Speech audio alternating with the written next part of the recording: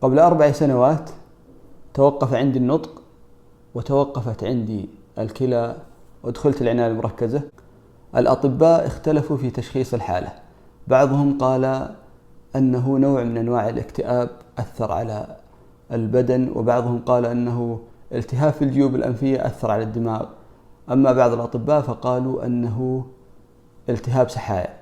أما المشايخ الذين يعالجون بالقرآن فبعضهم قال أنها عين، وبعضهم قال أنها سحر، أما الثالث فقال أنها عين جن وقد تصيب الإنسان أحيانا.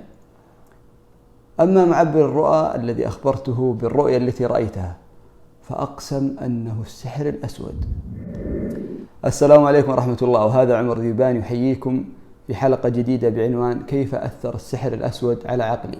هذه القصة قصة حقيقية وقعت لي أنا شخصيا، وحقيقة أنا كنت متردد في أن أنزل هذا الموضوع.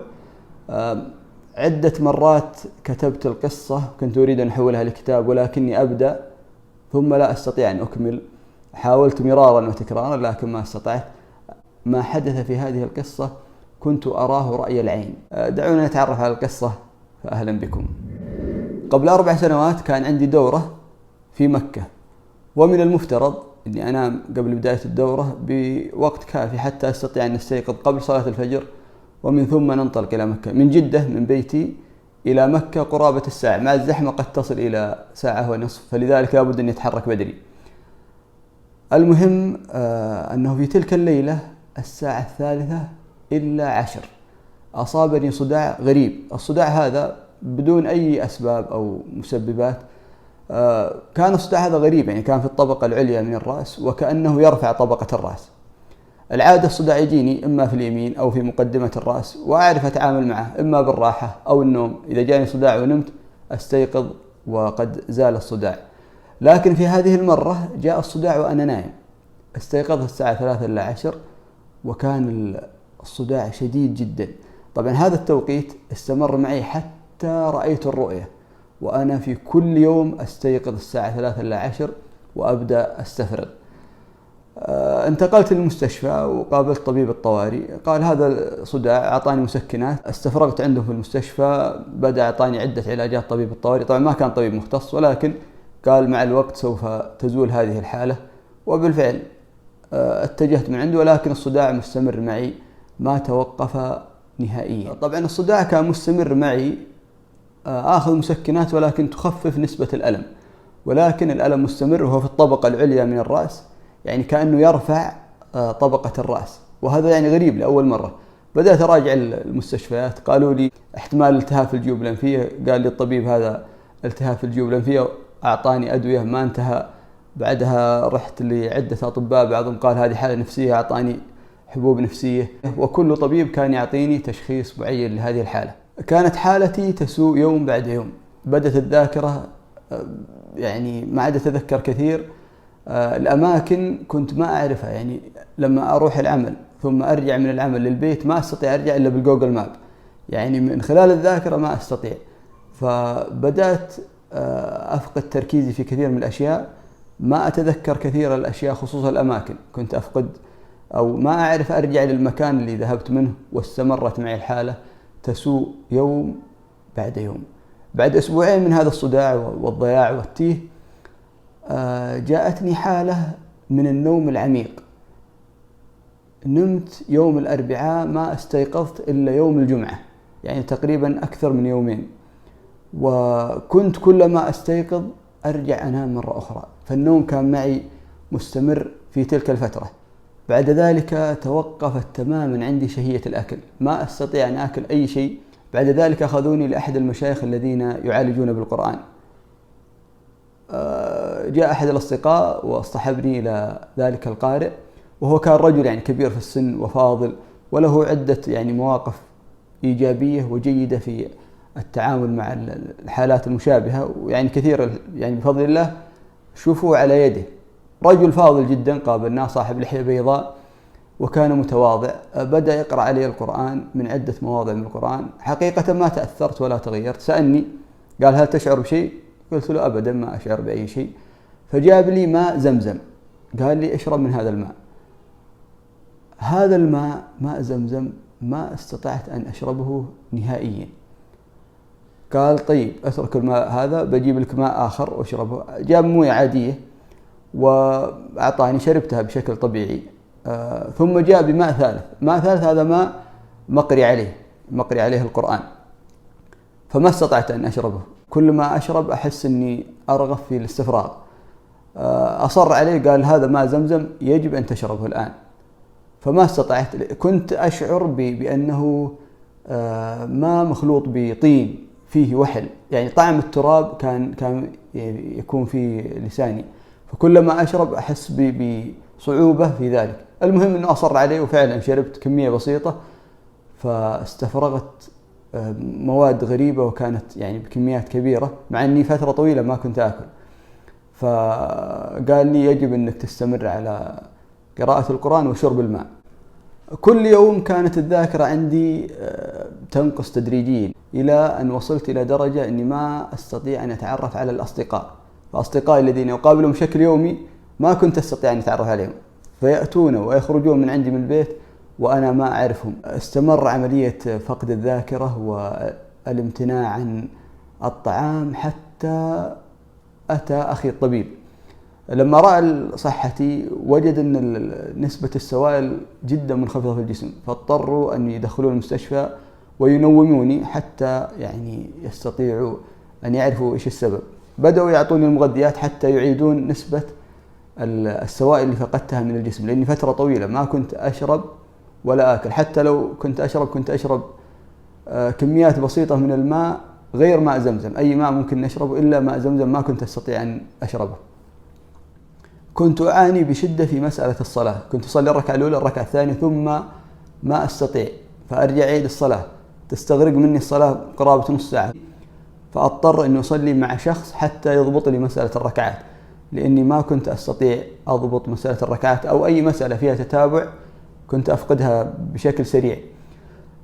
بدأ أخي يتصل على مجموعة من الأطباء يعرض لهم الحالة، حتى عرض هذه الحالة على أحد الطبيبات في الرياض، فقالت له هذا احتمال أنه يكون التهاب في السحايا وهذه أعراضه، فاذهب به للدكتور معين في جدة هنا. ولما قابلت الدكتور قال لي عد من 10 9 ثم ضيعت الأرقام. قال لي طيب أذنت 3 أو 4 كلمات من الأذان ثم ما استطعت أن أكمل. فقال يعني بنسبة 90% أن هذا التهاب في السحايا. ما هو التهاب السحايا؟ السحايا هي الأغشية اللي تغطي النخاع الشوكي وكذلك الدماغ، فهي طبقة قريبة من الدماغ وتؤثر بشكل كبير على الدماغ. الأعراض اللي جاتني لما جاء الدكتور يحاول أن يعرف، فبعضها تنطبق على تشخيص الالتهاب السحايا. أما الجزء الآخر وهي دائما التهاب السحايا يصيب الإنسان بالحمى. أنا ما جاتني الحمى، ولكن بعض الأعراض الأخرى اللي مثل التقيؤ وغيرها هذه انطبقت على الأعراض المصاحبة لالتهاب السحايا. المهم الطبيب احتار ثم قرر، قال لابد أنه يدخل المستشفى وتحت المراقبة حتى نتأكد من التشخيص أنه يكون بشكل صحيح ونعطيه العلاج المناسب. وأنا في المستشفى كان يأتيني مجموعة من الأصدقاء وكذلك مجموعة من القراء الذين يعالجون بقراءة القرآن. مر علي عدد يعني كبير من القراء، حقيقة ما تأثرت بقراءة القرآن إلا عندما أتى أحد الأصدقاء واسمه محمد. هذا صديقي محمد، أعرفه لأني سكنت معه فترة طويلة.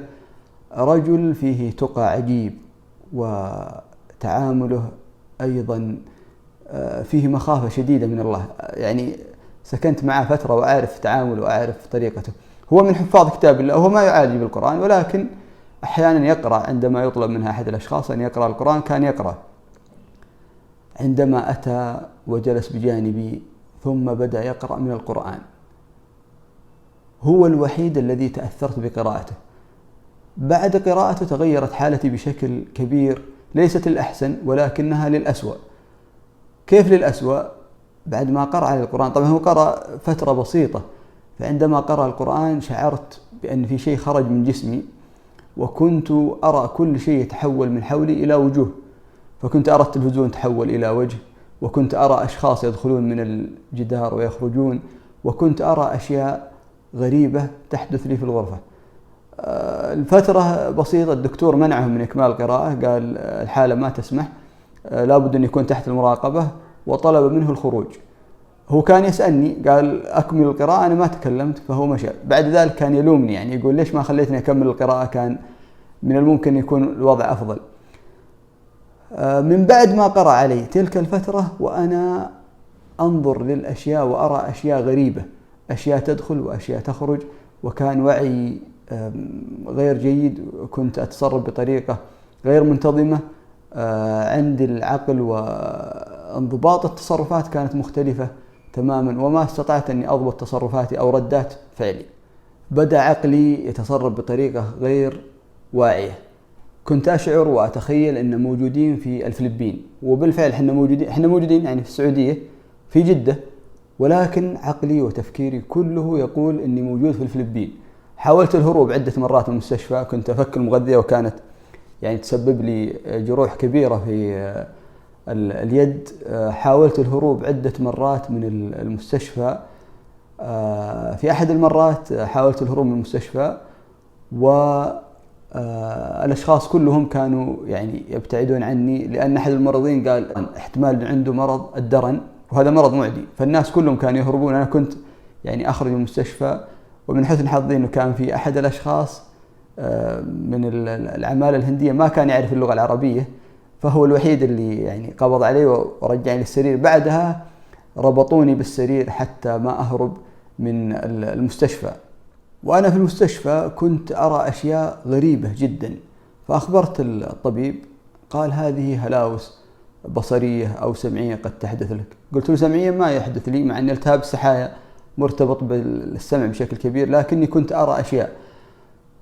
في أحد الليالي في الساعة 3:10 وأنا في المستشفى، دخلوا 3 نساء بشكل قبيح جدا، ما دخلوا مع باب الغرفة، وإنما دخلوا مع النافذة، مع أن النافذة ما لها أي مدخل يعني. دخلوا مع النافذة، وكان يعني عندي مرافقين في الغرفة، فكنت أقول لهم يعني شوفوا الأشخاص اللي دخلوا من الغرفة، وكانوا يتقدمون نحوي بشكل بطيء وكأنهم يتجهون للمغذية، فكنت أشير للمغذية وأنهم يعني كأني يعني التصور هذا أنهم يبغون يدخلون مع المغذية. هذا الذي جرى في عقلي أو كنت أشوفه. كنت أراهم يعني أشكالهم جدا قبيحة. فأحد الأشخاص اللي موجودين قال اقرأ آية الكرسي. بدأت أقرأ آية الكرسي، فعندما أقرأ آية الكرسي يبدون يتراجعون حتى خرجوا من الغرفة.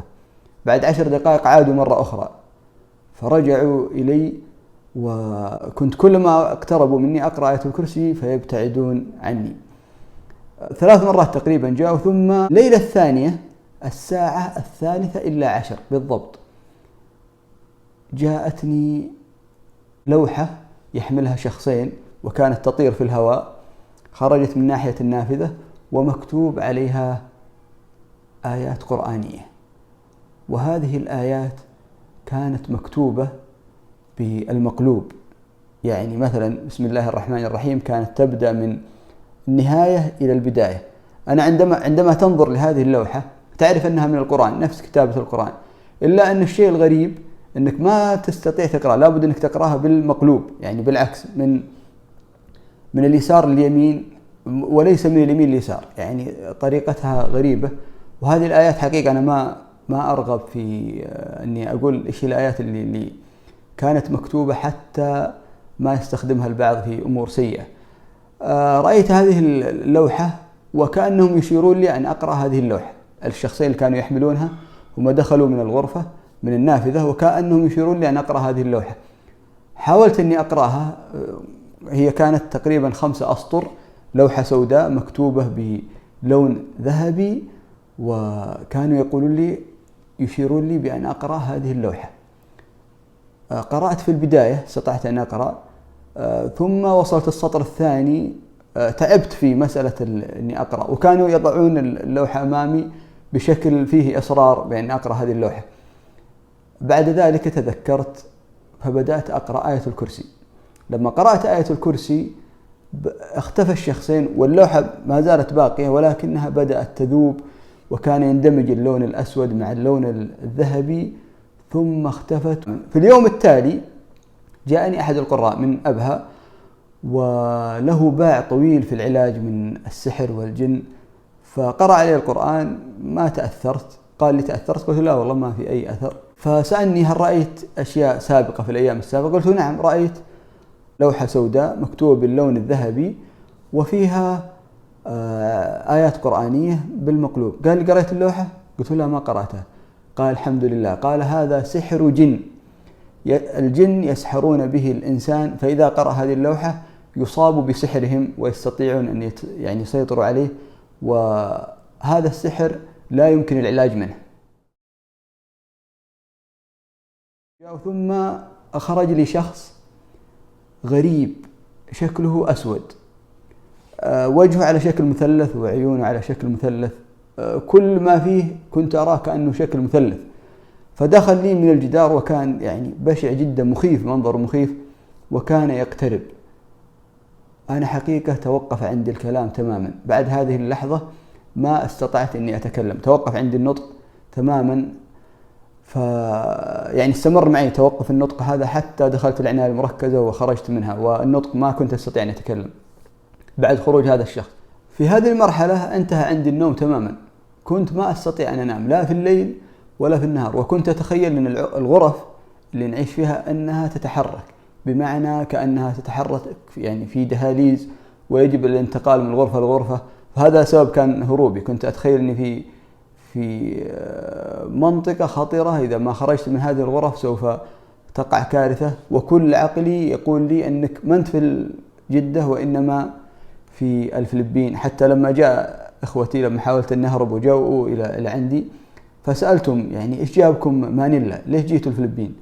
بدأ الأطباء يعطوني مهدي حتى ما أخرج، فأعطوني مهدي حتى أنام، ما أثر فيه، زادوا كمية. فكان المرافق يكلم الطبيب يقول له يعني ساعة أعطيته ما نام. قال والله هذا يعني أقصى حد ممكن نعطيه الإنسان، بعد كذا ممكن يسبب خطورة عليه.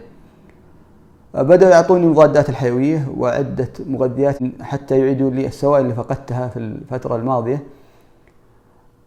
توقف عندي النطق، وبعد ذلك بعد يومين توقفت عندي الكلى ودخلت في غيبوبة. اضطروا إلى نقلي إلى العناية المركزة.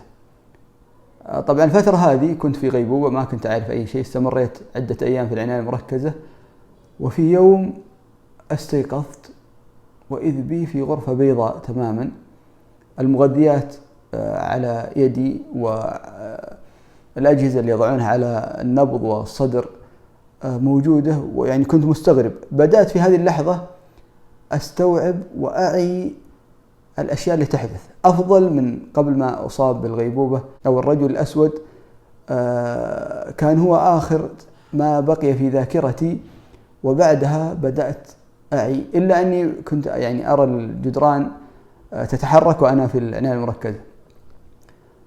صحيت، أشرت للممرض اللي كان في العناية المركزة، وكان على كل غرفة عامل، وقد وضعوني في العزل لأنهم كانوا مشتبهين في عدة أمراض، في أمراض كثيرة أني مصاب فيها، فكانوا يخافون أن هذا المرض معدي، فوضعوني في العزل. تكلمت مع الممرض، يعني كان كلامي بطيء وكأني توني أستعيد الكلام. فسألته، قال لي أنت منوم عندنا هنا في العناية المركزة عدة أيام. قلت له كم عدد الأيام؟ أبغى أصلي. قال عادي، عندك دورة المياه وضو صلي. قلت طيب كم صلاة فاتتني؟ قال والله أنا كريستيان، يعني نصراني ما أدري. بعدها جاءني الطبيب وسألني، قال تعرفني؟ قلت أعرف أنك طبيب. قال تعرف وينك؟ قلت أعتقد أني في المستشفى. قال نعم.